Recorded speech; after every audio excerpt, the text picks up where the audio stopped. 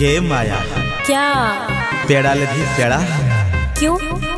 हे ऐ बेर हम देवघर में पेड़ा के दुकान करवा तू जल ढरावी है। सच में? हाँ गे आहा कते नीक लागते ना।